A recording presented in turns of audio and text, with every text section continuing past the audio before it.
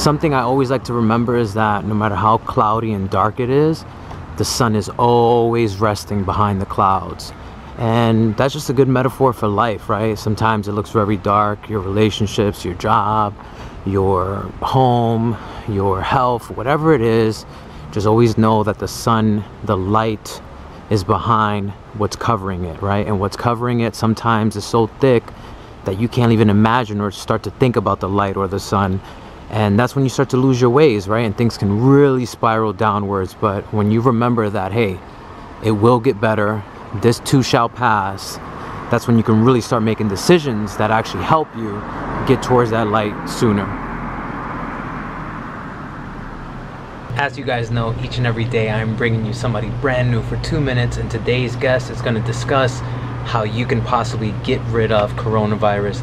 And I think it's important to listen to this one and not be so skeptical and just understand the underlying principles behind what he's saying. We have our boy Tookie. He is in today and he's going to be discussing coronavirus. We have an exclusive. Let's go from the East Coast. Alrighty, hey, how's everyone doing? What's going on? So here is, again, short and simple. This is from other doctors, but I'm going to take it with another disease. It's cancer, right? Ooh. Cancer is curable, proven, right? And it's all diet. What is it?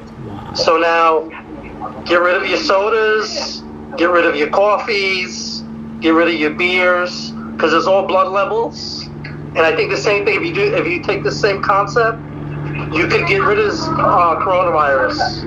Wow. And where it's not going to live in you. You can't live. You have to alkaline your body.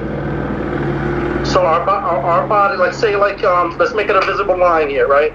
So now, pretty much, I guess a lot of people their alkaline levels are all down here. So this is where your cancer, this is where your coronavirus is going to live. Okay, so now again, get rid of your coffees, get rid of your sodas, get rid of your beers. Pretty much is you have to live the green life. I think pretty much. What's the green life? You know, all your veggies and stuff like that. You know, lettuce, tomatoes, all that good stuff. That brings you here. Nothing can live up here. You get it? That's such a great point. So like basically all the toxins, the diseases, the things that damage your cells, they all come from living in basically an acidic state. Now, a long story short, there's this guy, Dr. Sebi, and I'm saying his name right. Check him out. He talks all about it. There's a documentary. It's called Forks Over Knives. Okay, I love that one. Yeah. That's what they talk about, man.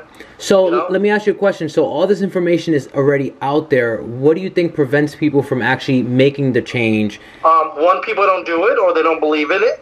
You know, but you know, people's weird. I don't know. It's just how we trained. Well, why are we trained like that? To keep damaging ourselves? All our lives, you know, hamburgers, cheeseburgers. And you know what? You can't take that away from us. It's like we're wild. You know what I mean? You know what? I'm gonna bite your head off. You come over here. You know what I mean? You know, we're just wild like that. And even though we know there's a better option for us, there's things we could do to improve. That's what I say. Yeah. I'm even saying that to myself. Here I am. I'm preaching, but you know, I'm not all that great of an eater. And what do you think will help you? What do you think will help you shift? You know, for years, I don't do sodas. I haven't for years. So now I gotta do the coffee. That's my next thing. Okay. And why do you think coffee's bad? The caffeine's terrible. It's dependable. You really do depend on it. I always thought that was hogwash. I'm like, no, the people's silly. I tried a few times to quit, and you actually get ill. Wow. You don't feel well. You know what I mean? So, stupid me. I was sick a couple months back, and I couldn't drink coffee. It was like the grossest thing. So I stopped for about a month, and I don't know why I went back to it. Dumb me. Did you think you felt better when you were off of it? Absolutely. Ah. Yeah. That's interesting. All right, so now we know we have to alkaline our bodies. We have to look up Dr. Sebi and watch Forks Over Knives. Great documentary on that. So again, thank you so much for coming in today and helping change a few lives. We're giving some good advice, and what I enjoyed the most out of this whole thing is like, hey. And you even look to yourself and say, look, I'm preaching all this stuff and I'm still not doing it. The fact that you could be so honest and not act as if you have everything in order, that's why people will come back and listen to you every freaking week. All right? So until next time. All right, man. Love you guys.